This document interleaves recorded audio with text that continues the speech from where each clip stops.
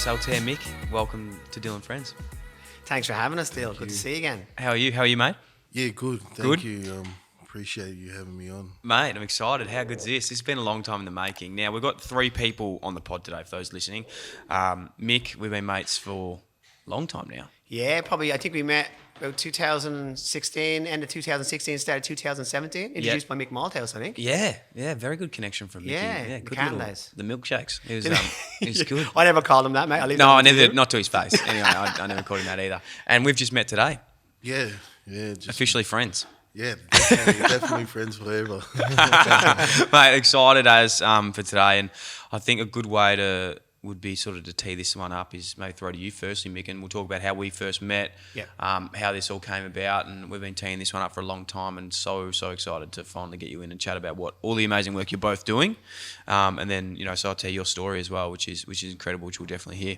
Yeah, pleasure to be here, Dyl. As I say, we met back in 2017, and at the time, I was managing the YMCA Bridge project, and you were playing football for Carlton. Yes. And we were running programs in prisons. So for what the Bridge Project was doing back in them days was it was going into youth detention centres and prisons, and it was assessing young people and preparing them for employment.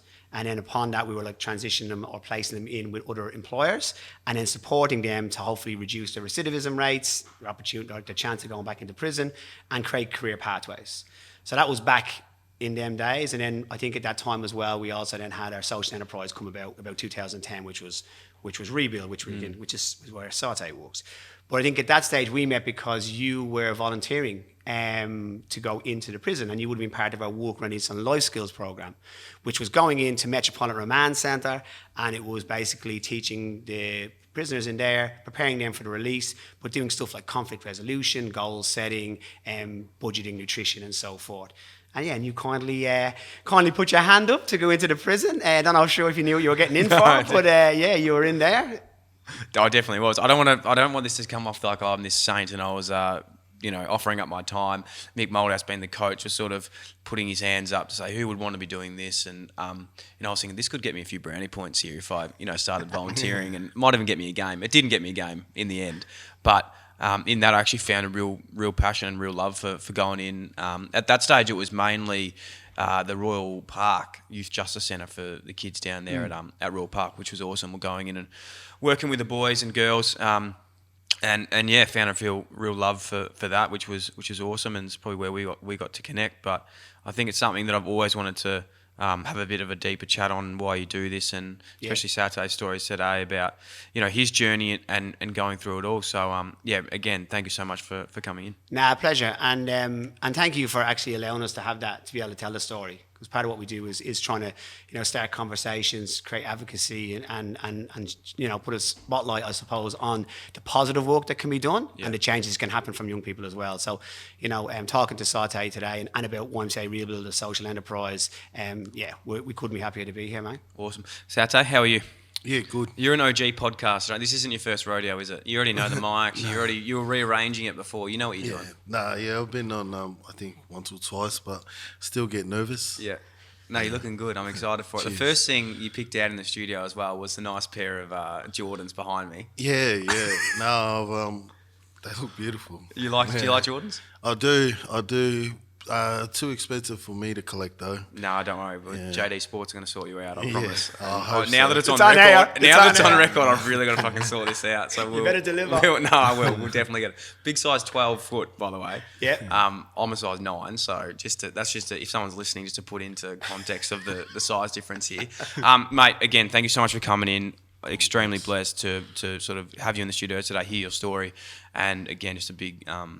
I want to say congratulations on what you've done. I'm thinking that's all right, but it's incredible. Like, you should be extremely proud of what you've been able to do, and I can't wait to unpack it all today.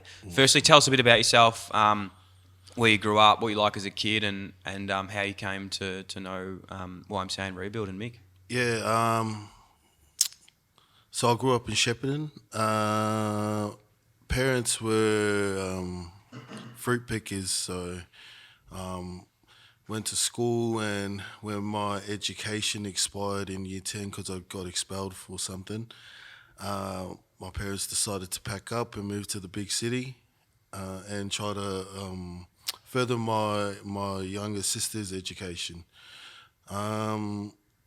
So I was into a lot of I don't know, like I danced a lot when I was young. I was into that whole dancing scene, and then grew up that street culture.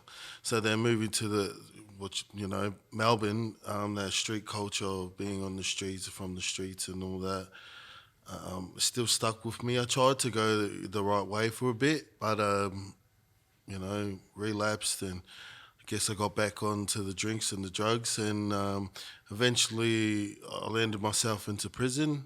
Got out on an intensive order, like I think it was like 3 years, and my CO worker from corrections referred me to ReBuild, and that's where the journey began. Incredible. Let's unpack it, because I think in saying that, it's such an incredible story, and I know you've told it a couple of times, and we're blessed to hear it today. You able to break it down for us, I suppose, like when you were a kid, when was the first sort of experience with alcohol and drugs, and how did that all come about?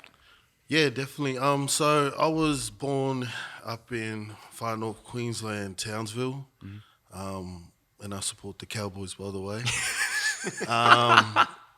My biological father was an alcoholic ever since I could remember, and then so he used to beat up on my mother a lot. So we sort of ran away. I think I was 5 or 6. We ran away to Brisbane, and my mum was like juggling 2 or 3 jobs, trying to look after me and my younger sister. And I remember,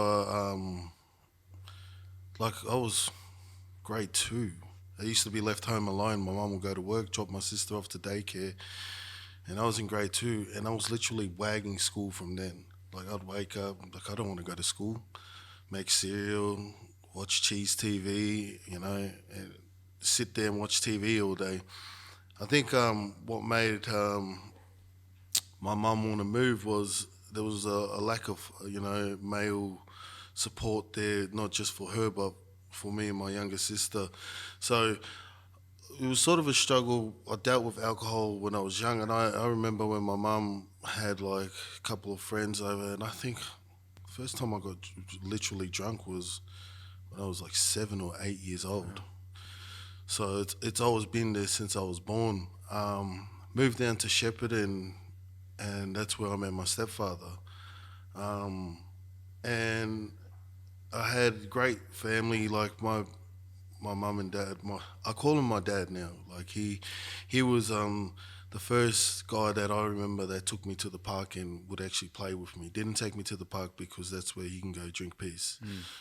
He actually took me to the park, even though I was horrible at kicking the footy, he would still go and grab it, So it was very good then. My mum found a man and no longer saw alcohol. I think it was when I met him when I was 9, the age probably between 13, 14, when you get a bit rebellious, is when alcohol entered back into my life, and just trying to be, with the cool kids, and just, then it went from there, and I started touching the drinks, and then I remember a lot of people saying I'm not good on the drinks, so I actually started touching the weed. Stayed calm, but then I had this one psychotic breakdown and never touched it again, and it always made me paranoid, and I think it was so stupid because I turned to alcohol because it did the opposite. It made me fearless, like I would just be the biggest idiot, couldn't care less. Like how I committed my crime was just me being drunk and then walking past the store and saying, I want to go and rob that. And like that, in 10 seconds, I landed myself in prison. Far out. Incredible. Is the people, I suppose, when you moved down to Shepparton and you started in that risk-taking age, you're saying, from like 9 to 14, you obviously met some other mates. Was that a big factor in what happened, do you think? Yeah, at the start of it, I was very big in church. I think from 9 to 12, very, very big in church. I loved it. My parents, they were big in church too. Still big into church now.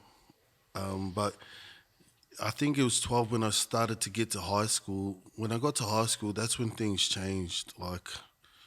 It was so different because I started hearing other kids were, just getting into a lot of trouble. And I thought it was cool.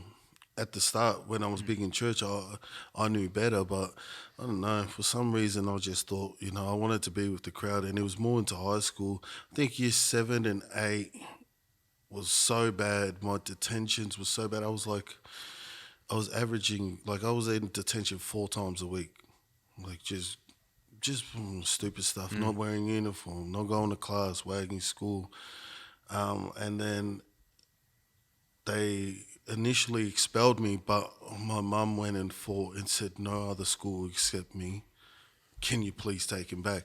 So they pulled me back. Year 9 did so good. I was like, I pulled my head in. Even though there was still a bit of mates, that's when I started not getting popular, but people started accepting me, And then year 10, I just thought, all right, I did my 1 year good behaviour, I'm good. And I went and had a bit of a fight. And that was when they said, no, this contract for you to stay good wasn't for the 1 year. It's for the rest of your school life here. And they just, expelled me from there. And I could honestly say, as soon as I got expelled, that was it. It was just, I wasn't looking at a bright future. I was just like, that's it, I'm done. Was that a big moment for you? And you obviously, sounds like that was a time for you that you just thought, fuck, is there anything, for me? What's going to happen when I left school? Did you sort of, things escalate from there? When I went back into school, and literally the principal standing there at my locker, and he's like, I'm glad you rocked up because I need you to clean out your locker. I'm like, what's going on? He goes, mate, you no longer attend here. And I was like, oh, yeah. And got the whole crowd watching, thinking you're cool and all that. But my mum come and picked me up she was at the farm working. When she picked me up and she's taking me to the farm, I'm like, where we going? She's like, you're coming to pick with me, mate. If you're not going to, learn, you're going to earn. And I told her, but I'm in my school clothes. She goes, so what? You're not at school anymore. And I realised, I was like, holy snap. Now I wanted to be a big boy.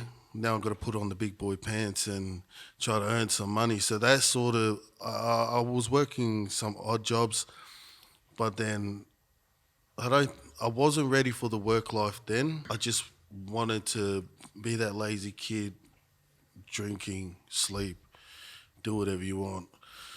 So, it didn't really hit me till later on that I wanted to do something, but it was too late. Later on down the track, I think it was around when I was 20, 19. Mick, is this common, I suppose, for kids, when you're leaving school and if you get expelled, is that a big part of ReBuild? I know that when we were working together a while ago back with the youth justice stuff too, a lot of those kids that were in those programs, they weren't actually there because they're committing crime, so it's more preventative as well. Is that right? Yeah. I think very similar cases. Yeah. Young people, school isn't a place for them. Yeah. Authority isn't good for them.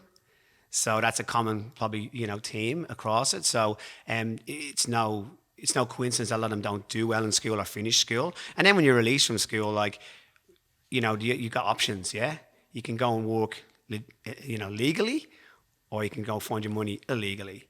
And then everything else around that is, your peers, your friends, yourself. You gravitate to friends, don't you? You gravitate to peers. You want to be accepted, So if you're not in school, then, where you're going to find that? You find it on the streets or you find it somewhere else. So a lot of the young people we would work with wouldn't have role models, good male role models as well.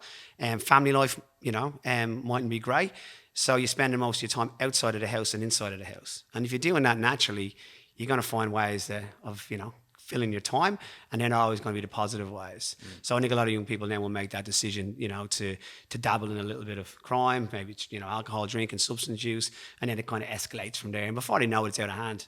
And that's when we see it. Like, yes, we want to get before it, but there's a case as well where, unfortunately, it's too far gone, and that's when we are doing our work then where they're, entrenched in crime and they're ended up incarcerated and so forth.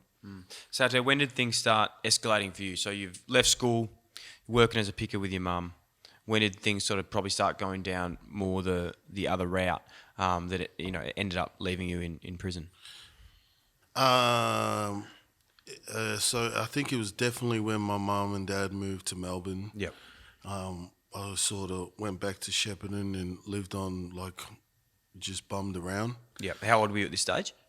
15, 16. Just went back by yourself? Yeah, just went back by myself. Fucking hell. I had a girlfriend at the time that, I wanted to go back to. And then, it was the first time in my life that I was just like, I could do whatever I want. I don't have to walk around hiding that I smoke cigarettes. Who's going to tell me off? You're going to go tell my parents? Go on. They're all the way in Melbourne. They're not going to drive down 2 hours. Yeah. And then, I remember just getting into trouble, going to court, people rocking up to wherever I was staying because I missed court. And I was blessed. I had so many chances. So that escalated, and then something I think I just had so much trouble in Shepparton that I ran away from Shepparton back to Melbourne, and then that's when it got I wanted to go and learn a discipline, so I actually started fighting, and I was doing Muay Thai 5 times a week, and I stuck my head in the books, and I remember just before my inter-club fight, I caught up with a mate again. And I shouldn't have, because I remember at the inter-club fight, my trainer's like, mate, you gassed, are you smoking again? And I'm like, yeah. And he actually gave me a chance. He goes, mate, if you can get fit and ready, you'll debut in the next 4 months. Wow. So what was that leading? Was that like a Muay Thai, like UFC? What were you looking at doing? Yeah, so it was Muay Thai. Obviously, the end goal was to get into UFC, but it was just debut as an amateur in Melbourne and work your way up. But then I just caught up with him, and I remember after that inter-club fight. So an inter-club fight is basically you go in the ring still, you got a judge, but everyone's a volunteer. Your judge is a volunteer, refs a volunteer. The striking percentage is 80, 90%, so obviously you can't be swinging for all hell, but it's hard enough to knock someone out. People would get knocked out. And I remember coming from that drive home, I was so beat up. So beat up that the next day I didn't wake up, I just slept, and then I woke up the day after, and I was just like, nah, stuff this, bought some weed, and then back on again. Never went back to training. But then this time I was older, I was hanging around with some guys, and sort of I was part of that group as the dominant force. The group I was in, I was one of those guys that could have a say and people would do. So it just got ruthless, and it went from doing bottle runs just to, get drunk to start making money. And then places that were getting hit were having security guards there, and it was just, we couldn't care. And then eventually it just turned into burglaries and then it went far enough as to into an armed robbery. So, wow. So sorry, when you say this, so you've finished your fighting, you're sort of like, no, I can't do this anymore. You loop up with a bit of a crew that now you're going to start committing some crimes together. Yep. It starts off being just some innocent robberies. Yeah. There's probably no such thing as an innocent robbery. No, you know what I mean? You walk past and, hey, give me your phone and I don't want to make it sound like we were Ocean's 12, but to the point where we ran a crew out at a shopping centre and we literally had walkie-talkies and we had set guys that would look out and you'd be on the walkie-talkie telling, this guy come. And we had a guy that was specifically handled the security guard, a guy that was you do a handoff, that person runs with it. And if you got caught, you got caught, You still get your cut of the pay, but it became organised. It was just, your shitty little walk past and rob someone to we're going here, we're going to hit this at this time. And how does it, for, to hear those stories now, you think, fucking hell, that's crazy. But obviously you build your way up, and as Yeah. you're saying, you're building your way up to these things. How did that come about? And for you, was it like, did it just become the norm? Like, was that the norm to these things? Were you doing it for like a buzz or a thrill, or were you doing it just merely to survive? Nah, it was a bit of both. It was like, it was too late for me to work by the time I was thinking about it. Yeah. I was like, I'm probably on every shopping centre or whatever. And it was just like, I've gone so far in that that's it. Like, because I started off just like little things, and then as your habits get bigger, so does the whatever you have to do. And yeah, like sometimes it was the thrill. Sometimes I could actually honestly say by the end of it, it wasn't the thrill. It was purely the survival because I hated it. I hated the thrill. Like I hated the heat. And like every day, people check Facebook. Every day I was checking crime pages. Yeah, like, to see if your photos are up. Photos up, if there was any heat on me. And a couple of times I did and had to lay low for like 2 weeks and then go again. But yeah, definitely it was, by the end of it, it was survival. Like, In terms of this stuff as well, and we're not glorifying this at all, we're not trying to pump anything up, but in Australia, I think, well, for me especially, I'm a bit detached from this world to think that this stuff actually happened, like if it happens. Like I know we hear about it on the news, but you think, fuck, how does this stuff actually happen? Like, are you doing these robberies and like actually having guns? Like, is that like you have weapons? Nah. Never got to that stage, thankfully. Yeah. I think it was more whatever you'd find, like Yeah. anything, like a bat, whatever, and just brute force, like your hands. Never got to that stage, but yeah. Is that thankfully. stuff like actually you can find that sort of thing if you wanted to? You can find it if you wanted to. You have to look and be very trustworthy. But yeah, I think more like I've sat down and in prison and ate food with guys that have literally done it with like the whole shebang. Like how you see on the movies. But they lived very, very, very hectic lives. 100%. When, for you, so you're at this sort of peak at the moment, you're talking about committing crimes, doing it to survive, and you have to lay low up and down. When did it all catch up? Do you remember the day it all caught up to you? Did you get caught sort of it mid spree, or was it more after the fact they caught you? Nah, so all my mates were getting locked up. Yep. For those sort of crimes or just other things? For those crimes, Yep. A lot of them got locked up that I was a part of. And how does that actually? Sorry, how does that actually happen? Do they catch you on the job? Do they get photos and they find out who you are and then go and get you? Yeah. They definitely have a team out there that. You got your intel team that will do all the looking for where you live, and then you got your guys that just get caught on the job. But most of the guys that I knew all got caught by the raids. Like they'll just come, kick your door in whatever time of the morning, and strip you out of bed and off you go. I think for me, when that started happening, I was sort of I was the only one left, and mate, I was like drunk 24/7, like drinking. By that time, I remember I had a cupboard full of at least 100 straights, probably even more. And I was I was going to the stage where I just go grab 2 bottles for myself and then off. I'm going to do what I have to do during the day. And I was drunk 24/7. And I did a robbery. I got bailed that night. And I just didn't give a shit. And went and committed another robbery straight after that. And within the 24-hour span, the bail justice that had given me bail in the first place come back in and sort of looked at me weird and was like, I sort of know you. And looked and she's like, oh, I just gave you bail yesterday, closed the book and didn't say anything. I was like, oh, aren't I getting bail? She's like, nah, you're dreaming. Well, I just gave you bail yesterday and you went and like did it again. Wow. In your mind at this stage too, are you comprehending what's going on? Like, are you going? You just sort of assume you're going to get out, or you think? Have you even like I knowing thought you're doing I was going to anything get wrong? there.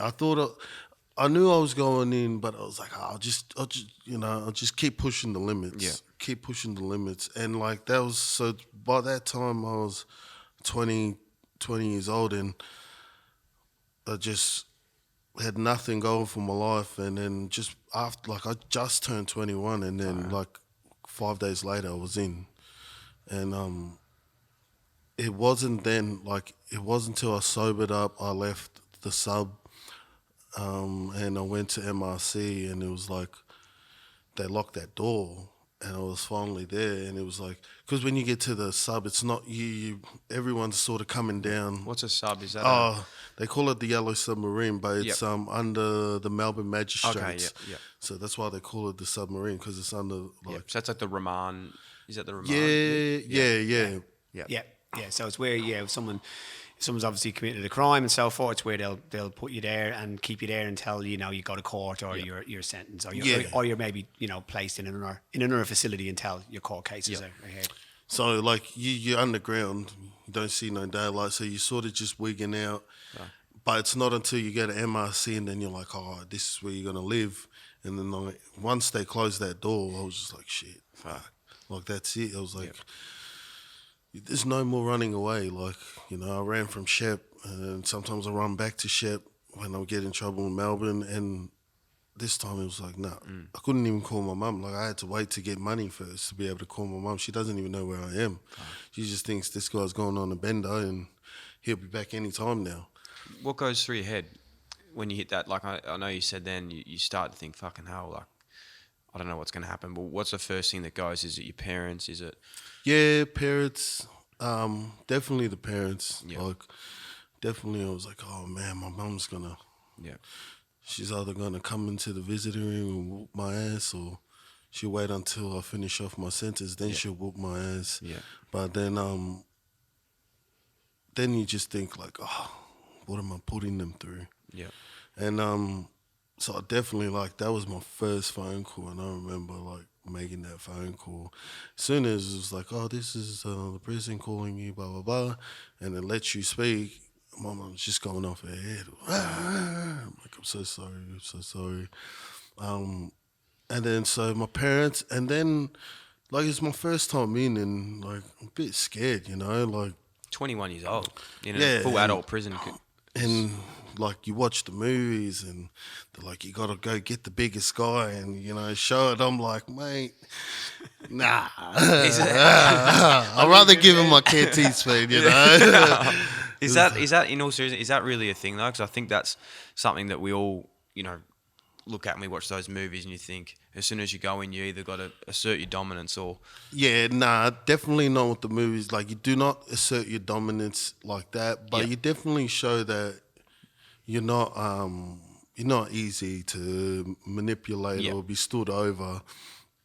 I think the best way to put it is just, and I hear a lot of people, and I said it a lot of times to a lot of guys that come in, just do your time, keep your head down. Keep your head down, You know, just like, don't get into the politics, don't get into the drugs.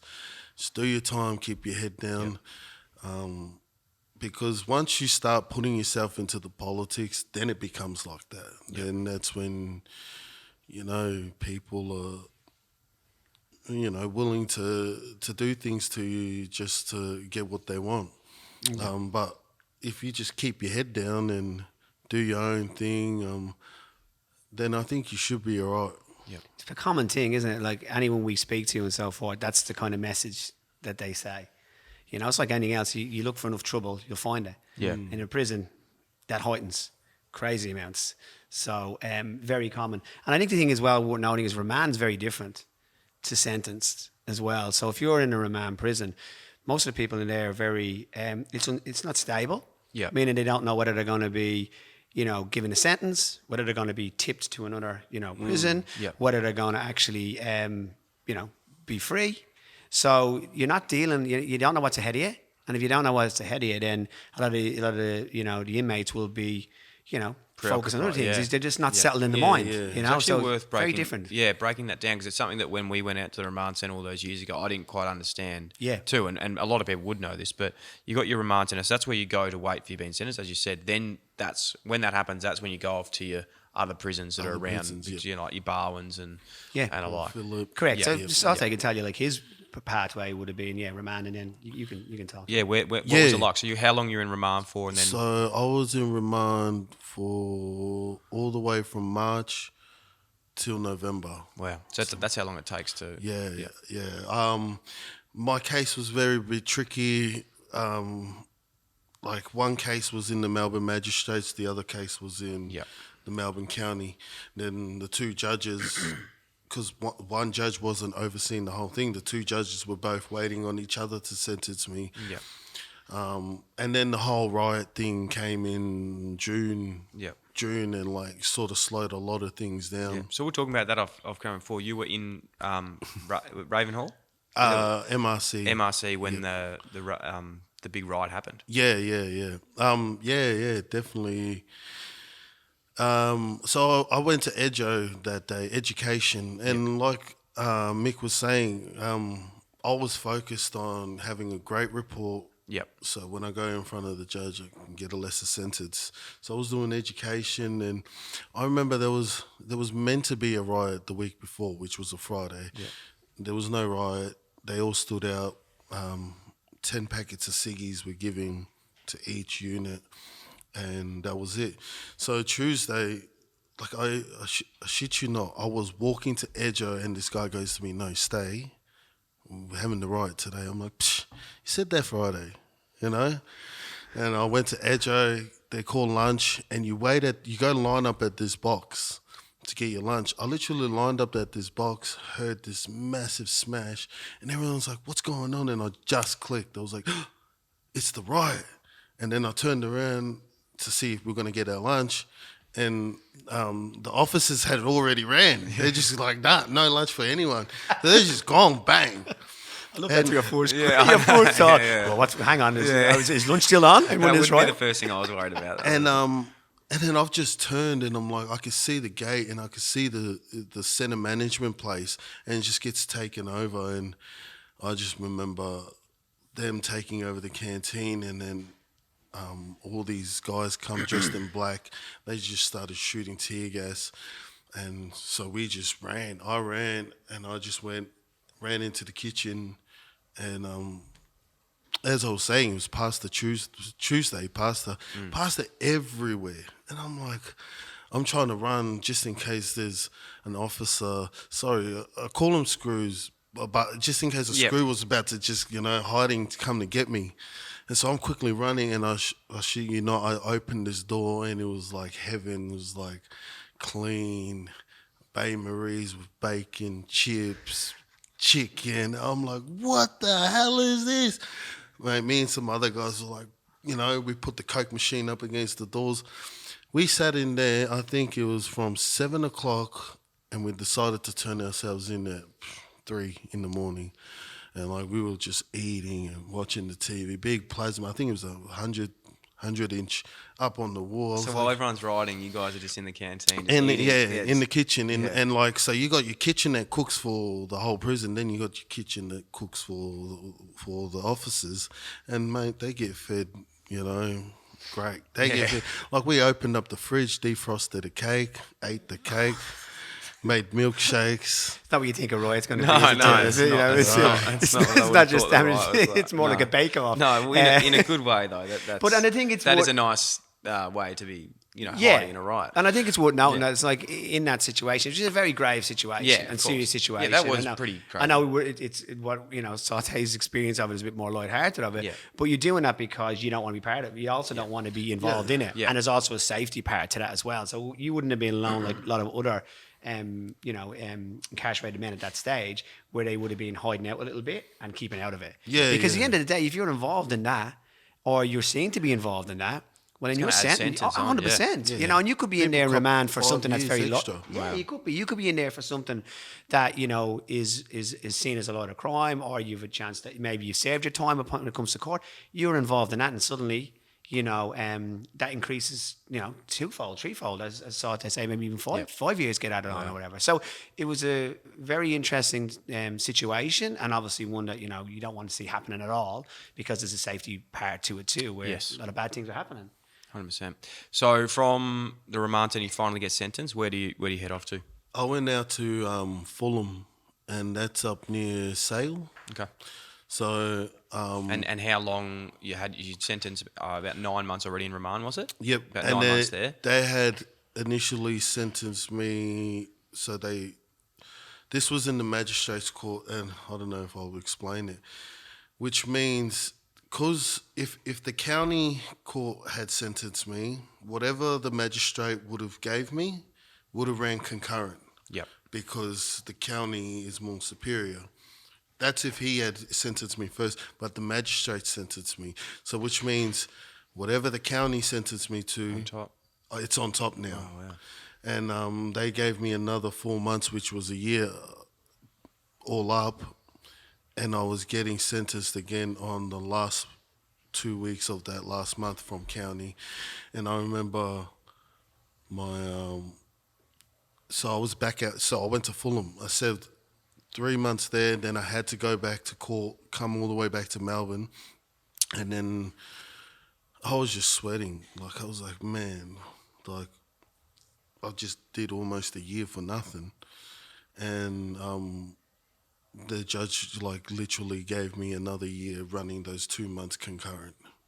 So all up, it should have been 24 months, but because I got 2 months concurrent, it was 22 months. So I tell everyone 2 years, but it was just like literally like 2 months under those 2 years.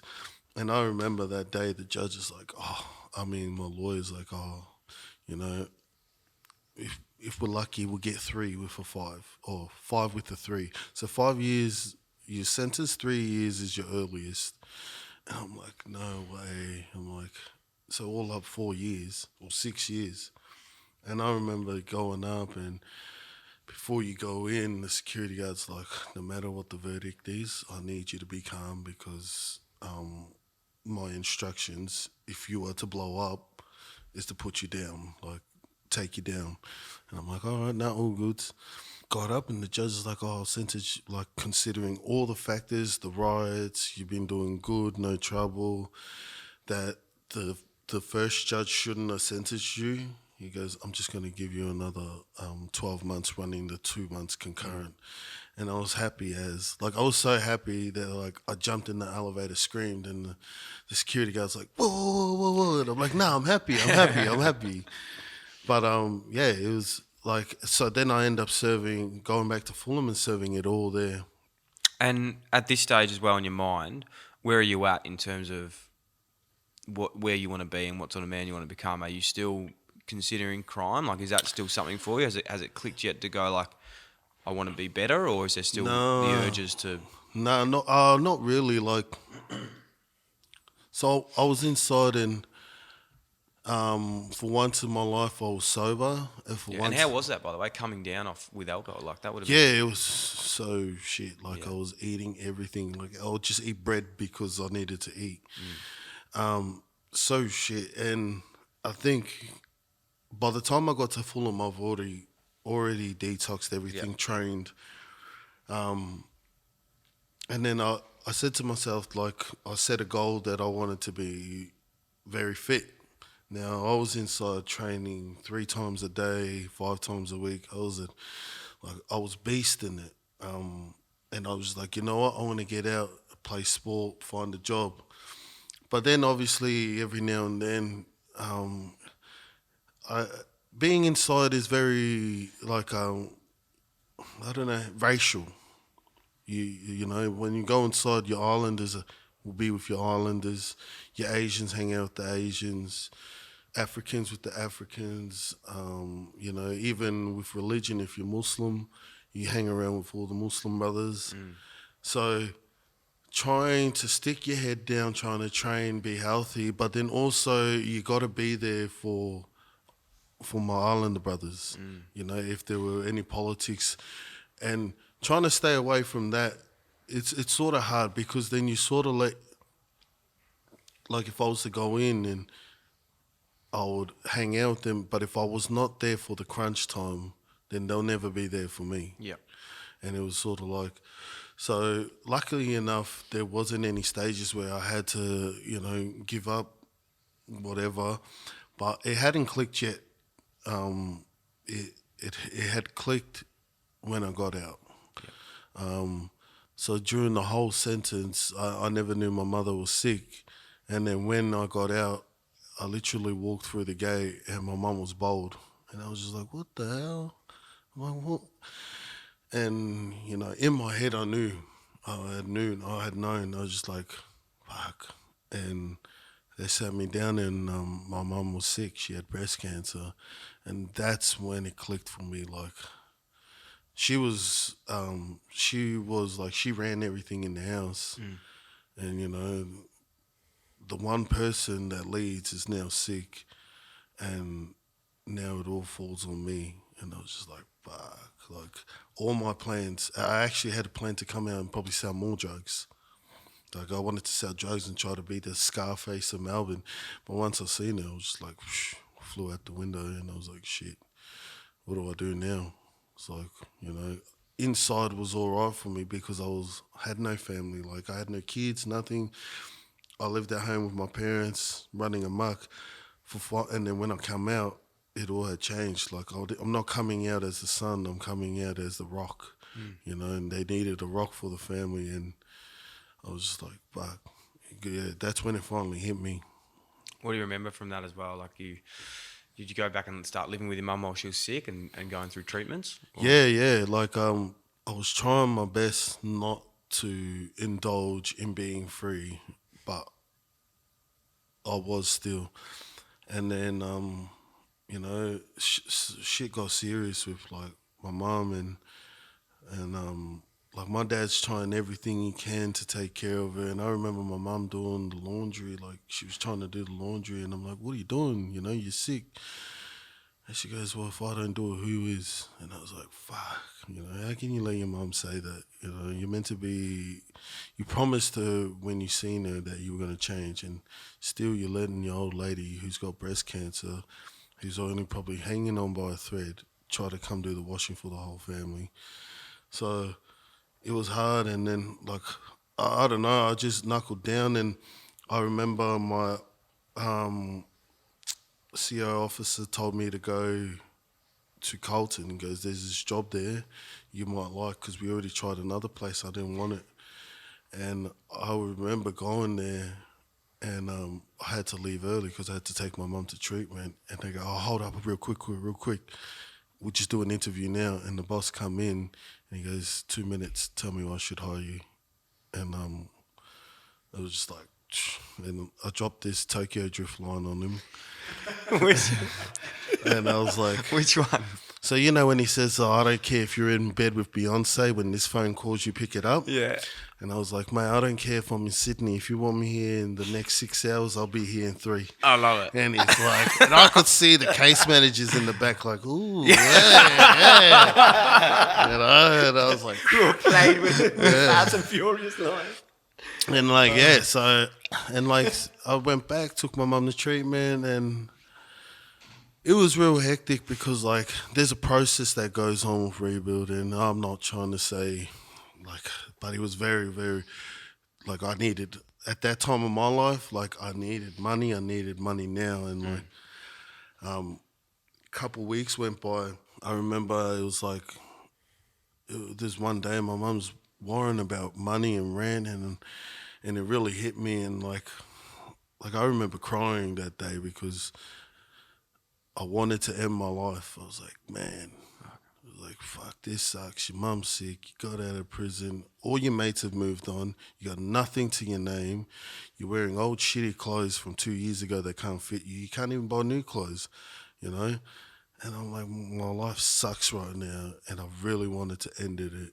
And just kept picturing in my head, like, I end it, then my mum's gone. Who's going to look after my sisters and my dad? I was like, fuck, suck it up. And I went drinking with my mate, and I remember calling up about doing the job. and this job would have gave me some money within the thousands or something, Like a proper job, a criminal job. yeah, proper criminal job. And I'm like, and this guy who was my best mate, who's now is my brother-in-law, was like, nah. He goes, nah, I'll come, I'll give you the money, you pay whatever. And I go, nah, man, I can't do that. He goes, let me do this job. And he goes, no, I'll come over tomorrow, we'll talk about it. And I remember sitting there, it was Wednesday, and I was just like, I looked up to the stars and I said to God, I'm like, God, I go, well, I don't ask you for much. I go, but when I do, I always deliver on my end. I said, if this job doesn't call me up from Rebuild on Friday, they got till Friday, end of business 3 o'clock. If they don't call me up, then I'm going to be the biggest criminal you ever seen, but I'm going to get some money, and I'm going to make sure that if I go away, I'm going to make sure my family's set. The next day, my brother-in-law rocked up. He had money, and he goes, here, take this, pay it. I go, no, all good's already, I've already said to myself, made a deal with myself. Friday, I woke up, and I shit you not, 9 o'clock, Rebuild calls me and goes, you start Monday. And I was like, mate, I mean, like, if you're not religious, then there's something to go on by. But literally, like I said, Friday, close the business, no call, then that's it. It's so hard, and I suppose you battle this, Mick, a lot, because you hear a story like that and you think crime is not the answer to anything, is it? But when you literally have no other choice, if your mother's sick, you have no money, you have nothing else going. Empathy plays a massive role in this, because you can actually see, the two sides to the story. Yeah. It's like worldview. I always say it's a worldview. Like, you don't know until you step in your footsteps or you hear it. Like, a lot of us are privileged. Like, we don't come without mistakes, and we don't come without facing, adversity and so forth in life. But, we can be quick to judge, and we can be quick to see someone in one way. But you don't know what's behind that, and you don't know until you speak. And that's okay too. Like, that's natural, But I suppose in the work that we do is we get the opportunity to see a little bit behind it, a little bit more of it. And the story then, it kind of adds up then. You kind of go, okay, I know. But then you think, how are you still here? Like, how have you survived under what that? You've just heard a portion of Sauté's story, right? From when he was young all the way through. And he's just battled, saying things. Now, he hasn't been an angel, not by no means, and he's done things that, he's paid a price for and, continue to, and if you ask him, I suppose, again, he'll say that, crime doesn't pay, and it hasn't for him, But you look at the situation, you go, well, what would you do in that situation? Like, if you had no money, if you had, you're at the lowest point and you had to do something to survive, would you choose to do that? And if you had to do it for your family, if you bring that element into it, who's going to say, I wouldn't do that for my family?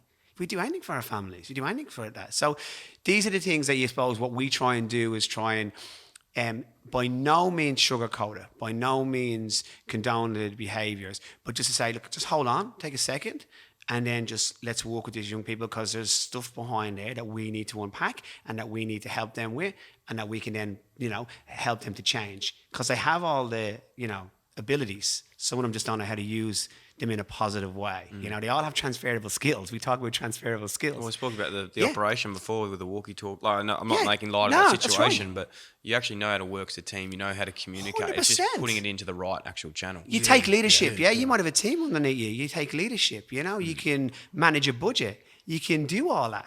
Yeah, but you're doing it in the wrong way. You might be a drug dealer. You might be whatever. That's one way. So the skills are there. What we do is try and say, okay, how can we take them and show you how you can put them into a positive way, and show you that you don't have to revert to the illegal way of doing it. And in Sauté's case, we were lucky. We would have never known that. We didn't know that was the decision. We didn't know he was sitting there making a deal with himself and that. We were going through a process like everything else, where we have to hire people through police checks and through everything else. So it was just a timing thing, which is natural for everyone. But that timing is a sliding door, where a week, a day could have changed his life forever, and we wouldn't be sitting here. He wouldn't be sitting here. It's crazy, isn't it, though? You were talking about religion. Like, I'm not personally religious, but I believe in the universe. Yeah. And like, I do believe when you put your mind and you want to go somewhere, it does things to open up. 100%. Which is crazy.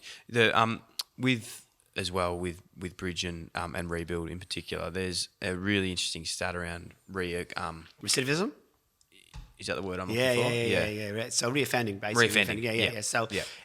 yeah. So like, you know, over the time period we've been doing it, like and it changes, but the average, you know, you would hear, you know, some statistics thrown around or some numbers or data that would say that, you know, in the first 4 months of a person, you know, young person or a person leaving prison, that it's, you know, over 50% of them will reoffend. And that can be 52.6, or it can be moving around, whatever it is in that year or whatever.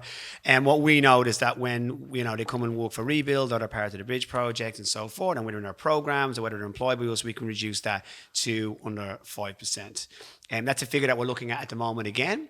Obviously, because we're now working with a higher cohort of that are more complex needs, because we've shifted from just a lot of the time we're working with at risk. We work with at risk, but predominantly now we're working with people that are coming from the prison system. And to hire someone in the prison system and keep them, you know, from reoffending is a higher, you know, difficulty rate in that. So we're under 5%, but yeah, which is it shows that when they're with us, when we wrap around their support, when we have that guidance, and when employers and everyone else believes in what we do and supports what we do, then we can make significant change. It's awesome. What was it like for you first day at Rebuild? What was it like straight away? Like, you know, there's obviously the Cinderella story, and you loved it and it changed and it was fantastic. But I can imagine it would have been ups and downs. Yeah, no, first day got rained off. First day got rained off, so I was like, mate, you know, this is good. Second day, hard work, but I had that drive. Yeah. So I was just like, I wanted to soak up everything. Like, for once in my life, I wanted to work. I wanted to be a working class man. You know, I wanted to go to work, wake up every day and wear a high-vis and, you know, feel basically legit. There were highs and lows. So the first low was basically when my mum died. So I think it was like 2 months after I started. She passed away, and that was the first low. In a sense, like it was low when I seen my sister. So I remember my auntie was at my house and she was waking me up and she's like, your sister's on the phone. Now, my sister's only 4 years younger than me. And I was, 23 at the time. She was 18 or something, 19. And when I got to the hospital, when she was on the phone crying, and I just said, it's all right, I know what's happened. Yeah. And when I got to the hospital, that's when I was at my lowest. Like, I was just like, fuck, it's happened.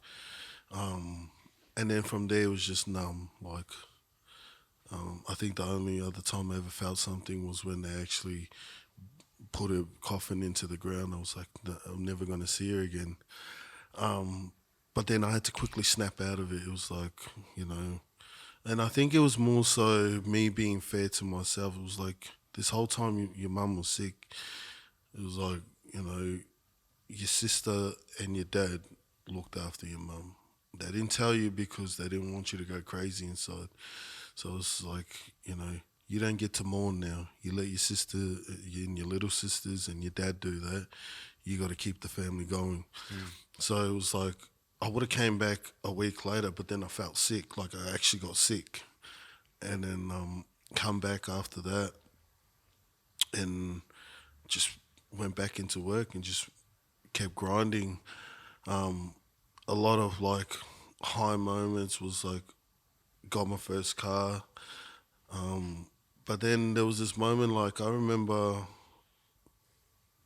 like, I don't know what we were doing, but like the burning had faded, like the fire of, you know, wanting to do great had faded, and everything's catching up now. The fatigue is coming, and I remember I was doing a job in the south side somewhere, and I was crying. Another time I cried. I'm going to sound like a sook by the end of this. I cried way too much.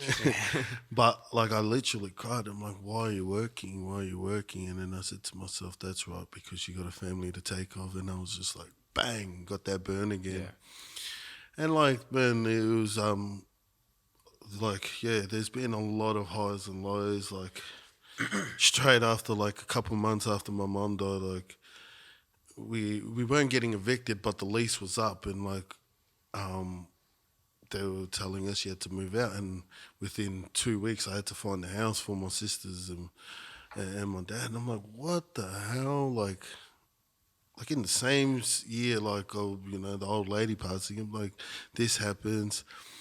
And it was just like kept battling, and I think the main thing that I had in my corner was work. Like, as long as, I don't know what it was, but as long as I went to work and I did my best, everything worked out. Yeah. Like we end up getting him into a house, and then we've moved again. And in saying that, like, it's not all just me. Like, obviously we got rebuild support there, but also my sister and my wife now, they they help run the household as well. Like, it's not just all me, but a lot of the low times at work, you know, crew leaders gave me support, but also my wife. You know, they weren't like cuddling me or nothing, but they were giving me great advice, like, keep going, keep going, like, stop now, you know. There's that saying, you're halfway through and you've already had the pain, you might as well get the reward. Otherwise, if you stop, all you just got was the pain. Yeah, fuck, I like that. And it's worth noting as well, like, in this time, Sauté had to become the legal guardian of his 2 younger sisters. Yeah. Like, and we're forgetting as well, he's 23 years of age. Yeah. He's just been released from prison, literally, you know what, a year prior? Probably 6, how long was it between them? Probably 6 months. 6 months, right? So 6 months out of prison, in the new job, like, turning your life around. You know, you know, his mother passes away, which, you know, he calls, which I love the term, the captain of the ship, you know, and then he has to step up and do that, and then become a legal guardian of his 2 sisters, and then move house, and then try and find them schools and all that. So I suppose where this would be a really big problem would be if you hadn't had support. Yeah. So that's where we were able to come in. That's where the support of Rebuild, the crew leaders, the manager, everyone in that team, which we call a family, you know, is able to look after him and get around him. Like, he's obviously got to still turn up for work and do his job, but he knows that we understand what he's going through. He knows that we're not going to, like, you know, we're going to keep on him. Because I think people have this thing about, you know, being tough on crime and being tough on young people that do that. Yeah, that's fine. Yeah, people will say throw away the key and do all that. What we're doing is being tough on rehabilitation. We're being tough on that one. So with Sauté, like, we're there and helping them, but we're also educating and saying, like, you know, this is why you need to stay with this. And he knew he had his family to look after, but we also knew the importance of that too. And I think you know, anyone else in that position probably would have reverted back. Yeah. Without it, because that would have been the easy way. And that's for a lot of our young people, when the shit hits the fan, then it's the easy way is to go, I'll just go back and do what I used to do, because that's what I'm known for. That's what I'm comfortable in, and that's what everyone expects of me. Yeah, and that's what we have to try and say, no, that's not acceptable. Like, no, you don't have to be that. And that's where a lot of trust in us has to come into it as well, to know that we've got your back on this, but, you know, we're not going to let you go away, because that's what everyone else has done with you. We're going to keep at you to bring you back in, to show you that you've got a better life ahead of you. Yeah. No, I love the point you said earlier. Oh, there's 2 points I really love that you said, and I think it's like been a massive part of, like, your story and anyone's story that goes through such hardship, is when you said, like, it got to the stage where you just realised yourself, because you can be told things a million times, but until it clicked with you, and you walked out and you saw your mum, and I think she was doing the washing, and then you just said, fuck me, like, how can I let my mum do this? Like, and it finally sunk with you. You realised it, and then you changed yourself, which is what you need to be commended for, which I know that you're extremely proud of, and it's been incredible to hear. The other part that I really love too is when you said you're at work and you're crying and you're like, fuck this, I can't do it. And then you're like, why am I doing this? And then you're doing it for your family. And I think that's like something that I've learned lately, not on as much of a serious note, but like, you want to look after yourself, you want to be the best version of yourself. But if you do it for yourself, it's so easy to let yourself down. Yeah. You're just like, fuck, it's just me, like, whatever. But if you flip it and you go, like, I want to be the best version of myself for my family, then you go, oh, fuck, like, I can't let them down. Yeah, and it hurts 100%. So much more. So I love that part. I think it's just like such an important message that you did that for them, but in knowing that it helps you to be better for them. Yeah, definitely. Yeah. And in the long run, it is the best thing for you. Yeah. But you're right, you know, like, if it was just me, I was like, whatever. You know? Crazy. I'll give my own slap on the wrist. Yeah, it's easy to let yourself down, but not Yeah. not your family. Yeah. Crazy, absolutely crazy. What's next for you, my friend? What do you do? What's your goals? What's happening at the moment? What's happening in your life? Obviously, working with Rebuild. You were saying before you're working out at Cranbourne at the moment. Looking after. So I look after the major projects Yep. that go on within Rebuild. So originally I started off as a participant and as a crew member, worked my way up to. You'd say is it construction? Is that the main? Yeah, gig? yep, Yeah. yeah. Commercial construction. construction. It'll be commercial construction and commercial maintenance. Yep. Is what Rebuild does. Yeah. But back then it was very minor stuff, like handyman, you would say, yeah? Yeah. That's it. It started off as your handyman business, with one crew and two people, and one crew leader, and it was like, we'll cut some grass, we'll do that around, YMCA, because YMCA Victoria is where Rebuild sits. And that's where at the Carlton. Correct. Yeah. So, but then it kind of, as it grew and so forth, we started to move and grow the model as well, and now like we're up to, I think it's 13 crews, and the goal is to have 15 crews and then 20 young people at any time on our books, because there's plenty of work. Like we're now working on all the large infrastructure level cross removals or projects, which then obviously is gaining more employment and more jobs for us. So So does the government or like do businesses give the work and then Rebuild comes in, or do you tender for the jobs yourself? Like how does that all process? No. So if you look at all them large projects, there'd be your big tier ones would be tendering for them. So you'd have like a John Holland, your Lease, your Icons, and what they would do is they'd win that. We'd be part of that. And then because there's a social procurement spend on it. So so like a 3% has to be on each tender, which is great. Yeah. Which means that they have to look then to social enterprises, and that's where Rebuild comes in. So when they win the work, then they give us a package of that for whatever it would be, and then we would do like the landscaping, grounds maintenance and so forth for them projects as well. Yeah, and that's where that's where we would be then able to, the more business we have, the more young people we can then employ and so forth. So sorry, so you can tell them a little bit about your journey through. That was just a little bit of the start. It's good to set the scene. Sorry.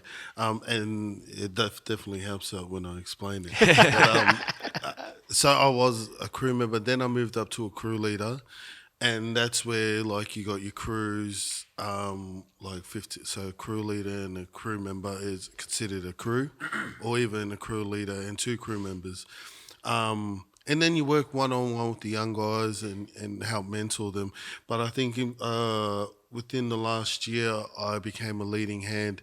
So I deal more so with the crew leaders than the crew members now, and just with the major projects, getting them all sorted, making sure it all runs smoothly. Sometimes I'm in the office assisting our ops manager or even our manager.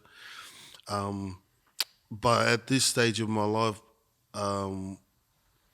like you could see how far the company has grown. Yeah. I just want to continue to grow with the company as well. Some good corporate messaging you've got there. Yeah. He's after the big job. Who knows, man? I remember someone asking me, "What do you want to see in the future?" And I broke it down to him. I said, "Hopefully, I live long enough, but within the next 50 years, at least, we're statewide, like along the whole east coast of Australia, from all the way, like if we can hit from Cairns down to Tasmania, that'll be good.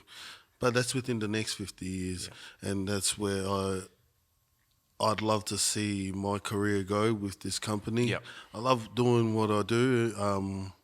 I love seeing the young people come through, and you have your ups and downs with life, and you have your ups and downs with the young people. Some people make it, some people don't. But when you do see the people that do make it, a young guy started today, just before I come here, and I dropped him off just up at a rail project that I did before, and I showed him. I said, I led all this.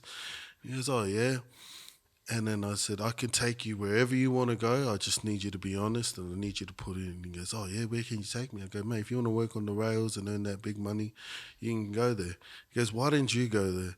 And I said, because I like waking up in the morning and feeling good about what I do.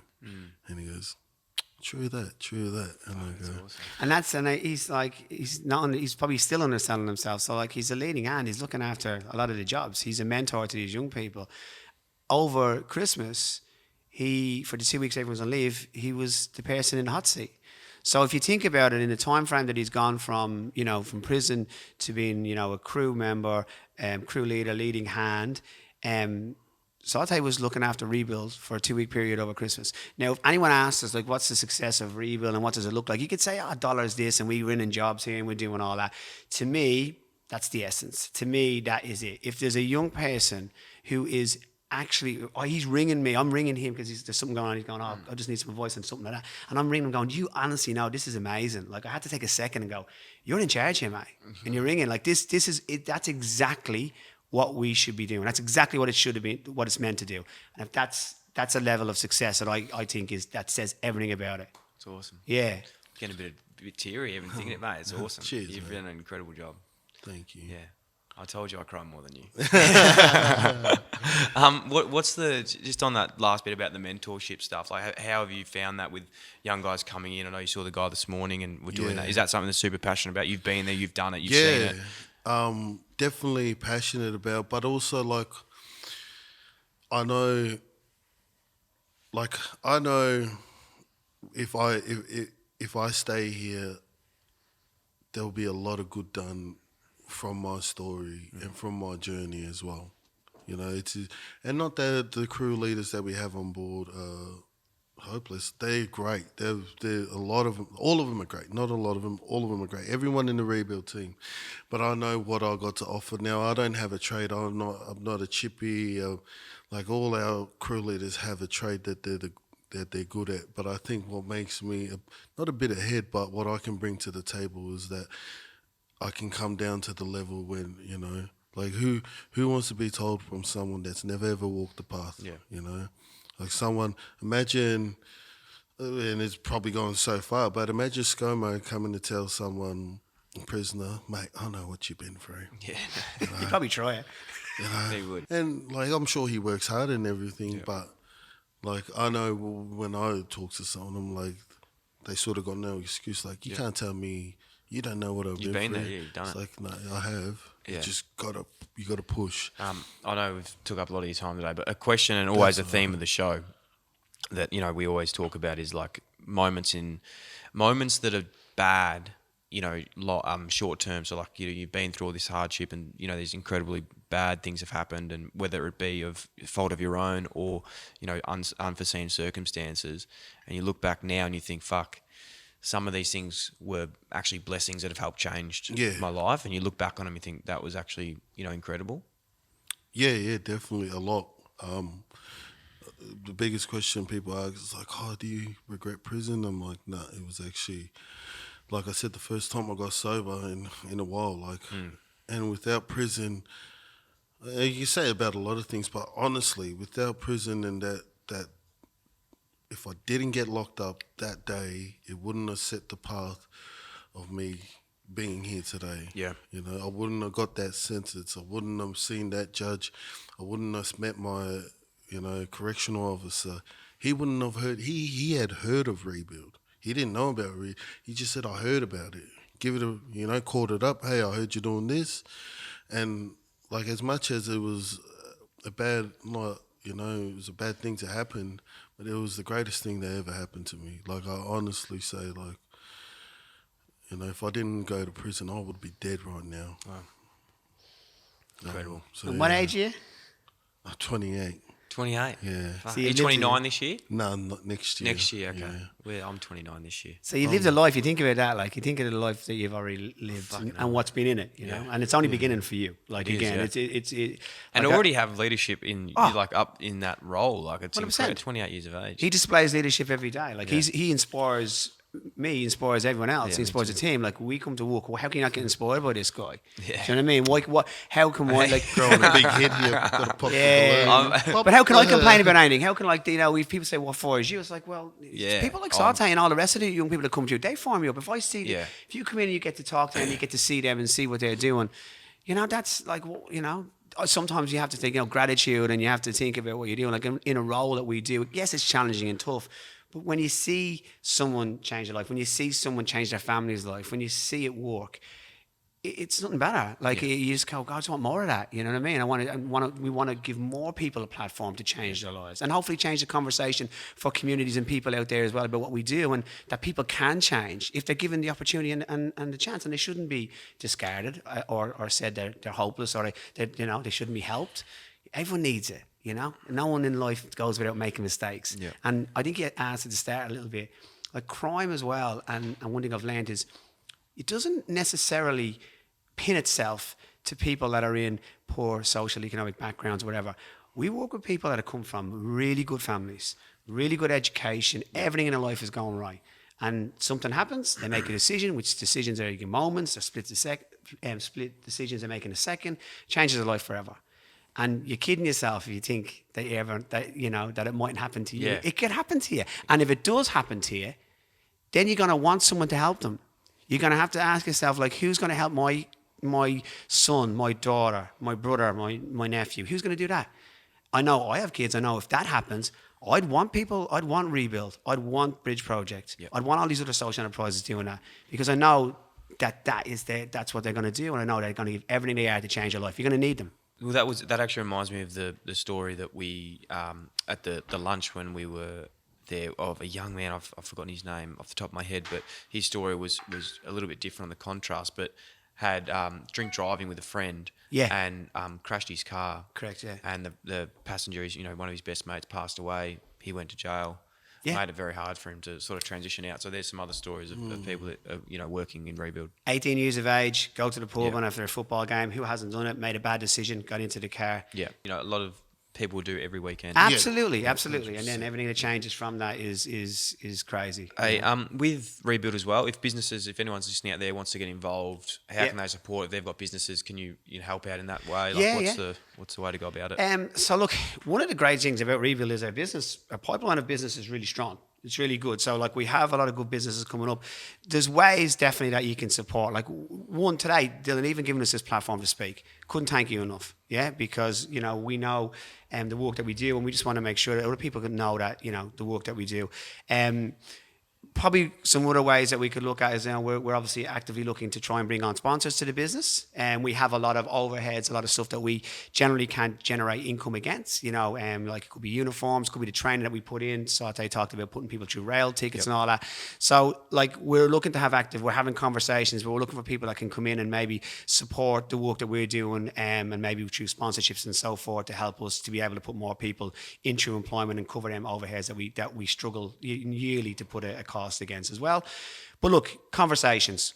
Come and talk to us. You'll see us on www.ymcarebuild.org.au or on YMCA_rebuild on Instagram. I'm happy to leave my details here. Yep. If there's businesses out there, if there's people out there who want to help, there's loads of ways you can help. Just call us. We have an online shop that sells products that are made in the prison, so you can do that. Because the other thing is, people go, how can I help? Well, you can help that way. Yeah, you can listen to our podcast, Time to Rebuild, which I co-produce and co-host with Mark Wilson, and you can hear stories like Sauté and more stories, but also other stories from the justice system, from politicians, from police, from people in prison as well. So any one of them ways, mate, is perfect for us. Love it. Well, that'll all be in the show notes as well, so make sure you check it out. I'm sure everyone's been as inspired as I have today of what you've both been able to do, Mick, yourself, mate. You've been doing this for a long time, so... Thank you to you. It's been beautiful to know you, and I'm sure it's just beginning for all of us, mate. Yeah. Yes, absolutely. I'm not going to forget about what I promised you as well. Okay? I'm going to sort you out. It'll be good. We'll get you back into prisons as well, Dyl. Oh, I'd love to. I'd love to soon for sure. Thanks so much, boys. Appreciate the story. Thanks, Dyl. Appreciate it, mate. Thank you.